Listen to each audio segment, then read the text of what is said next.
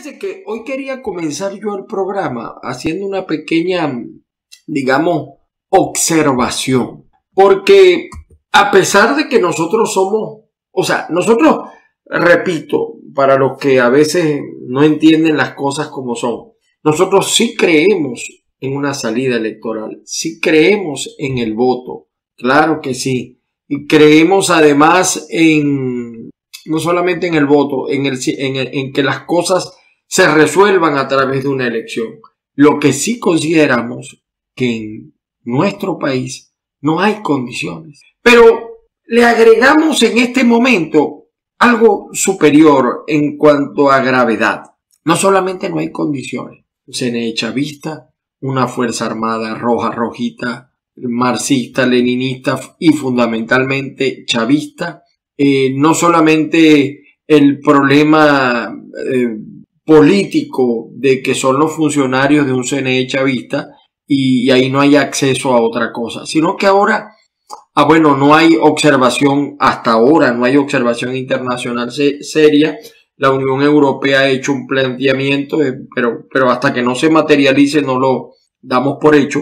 No hay condiciones, no hay gasolina, no hay agua, no hay transporte, hay inseguridad bastante, mucha, no hay electricidad. Imagínense, en menos de 24 horas Venezuela ha vivido 2 mega apagones. Y ya no solamente el Zulia, aunque el Zulia sigue siendo el más golpeado, el Zulia, Táchira, Falcón, también Caracas. Entonces, Dios mío, yo me pregunto, ¿cómo vamos a ir en elecciones en estas condiciones? Fíjense que estaba revisando las encuestas y hasta ahora el único gobernador, candidato a gobernador que hasta ahora, hasta los momentos está ganando, según las encuestas, es Manuel Rosales. O sea, que de todo el amplio panorama nacional apenas se está ganando una gobernación.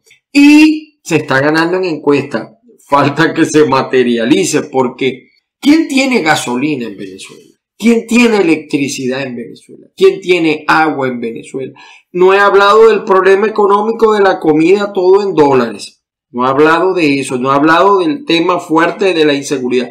Entonces, de verdad, ¿ustedes creen que el venezolano está pensando en una salida electoral? Yo dentro de este panorama de Venezuela sin electricidad, llamaba a varias personas consultándoles, en uno llegó más temprano, en otras más tarde, etcétera.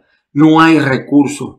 Entonces el cerebro de Reverol, que no pudo con el problema eléctrico, un ministro eficiente, pero no pudo ni con el problema de la inseguridad, no pudo con PDVSA, no pudo y ahora tampoco pudo con la electricidad.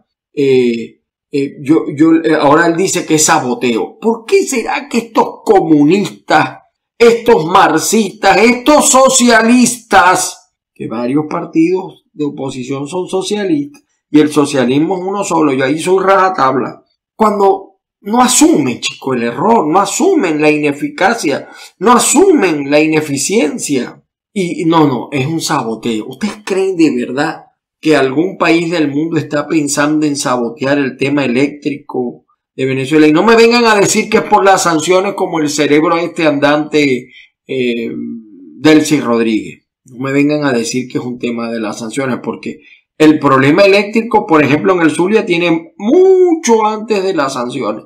Lamentablemente, la mayoría no lo vio, no lo padeció como lo padecimos nosotros. Entonces, vamos a ir en elecciones en estas condiciones. Por eso yo les puse que estas son las elecciones sin condiciones, sin luz, nosotros le decimos luz, electricidad, sin agua. Hay gente que tiene más de 2 y 3, 4 meses sin agua y el camión de agua les vale $20.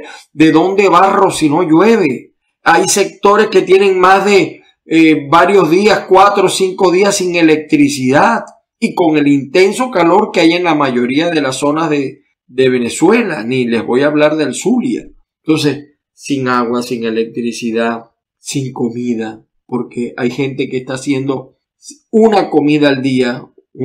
El 80% de los venezolanos está en pobreza. Entonces, ¿cómo ir a estas elecciones? Entonces yo me imaginaba Yo me imaginaba, vamos a suponer, que Rosales ganó la gobernación. Dios quiera, yo no le deseo mal a nadie, independientemente de mi postura. Bueno, ahora, ¿cómo va a ser un gobernador de oposición para resolver el problema eléctrico? Pero peor que eso, cuando gane alguien de la oposición, una gobernación, una alcaldía, ¿qué le va a decir a sus conciudadanos cuando les pidan respuestas? ¿Qué le va a decir? Pregunto yo. Por eso nosotros decimos que estas son las elecciones quizá, aquí sí le voy a meter a la maldad, sin una verdadera oposición. ¿Qué falta? Miren este desastre, lo vamos a ver ahora, en medio de estas carencias de electricidad, en medio de estas especulaciones. Entonces las elecciones, esta es la fecha y la hora que no se sabe todavía. En definitiva, ¿quiénes son los candidatos a gobernadores, a alcaldes, a concejales, a diputados? O sea, este es el derecho de nacer. Como la novela esta, El derecho de nacer, se me cayó la cédula. El tipo tardó, don Rafael tardó toda la novela en hablar. Por Dios, qué falta de seriedad. Todavía en Miranda hay 2 candidatos a gobernador. Miren lo que dice un exalcalde de Mérida. Miren lo que está pasando en el caso del Zulia. Miren lo que está pasando en Lara.